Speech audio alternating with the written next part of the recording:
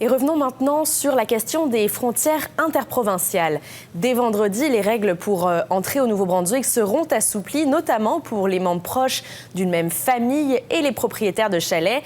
Mais Jean-Philippe, avec les règles strictes qui ont été mises en place, plusieurs ne peuvent tout simplement pas en profiter.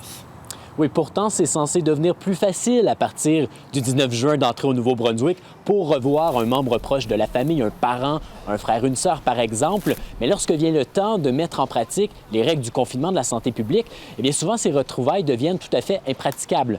C'est le cas notamment pour Paris-Cher Petitpas qui souhaitait faire venir ses beaux-parents de la Nouvelle-Écosse pendant l'été dès le 19 juin. Ils sont isolés depuis 3 mois, presque déjà. Alors voilà, elle voulait qu'ils puissent revoir les petits-enfants, mais pour les confiner, il aurait fallu qu'elle les isole dans le sous-sol pendant 2 semaines, sans aucun contact avec le reste de la famille.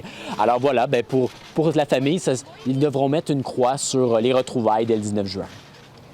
Et en fait, on a 3 petits-enfants, puis on a trouvé ça un peu difficile de façon réaliste, parce que demander aux enfants de ne pas mélanger avec leurs grands-parents pour 2 semaines tant qu'ils sont dans la maison, c'est un peu difficile. Donc ça, c'était notre projet, mais en fait, on a décidé maintenant de peut-être attendre, parce que pour notre famille, ça ne marche pas tout de suite. Et pour ceux qui comptaient venir à leur chalet pendant la fin de semaine, pas possible non plus. Et voilà, parce que lorsqu'on vient pour un chalet au Nouveau-Brunswick, il faut demeurer au moins pour 14 jours, la durée totale du confinement. C'est interdit de ressortir de la province avant la fin de cette période-là. Ça serait considéré comme un bris de confinement.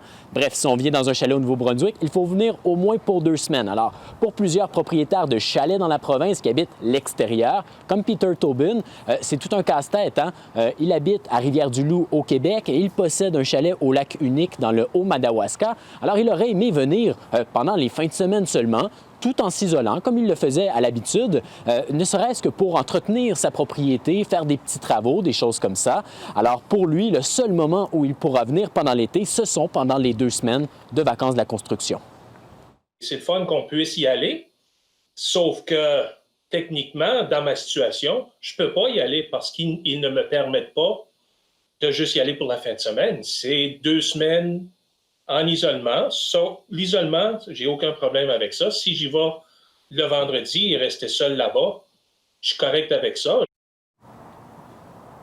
Alors, Peter Tobin se demande s'il aura droit à un allègement fiscal parce que ça fait déjà 3 mois qu'il ne peut pas accéder à sa propriété. Et tout comme Mme Petitpas, il va garder l'œil ouvert pour voir si les règles pourraient être appelées à être assouplies au cours des prochaines semaines, prochains mois.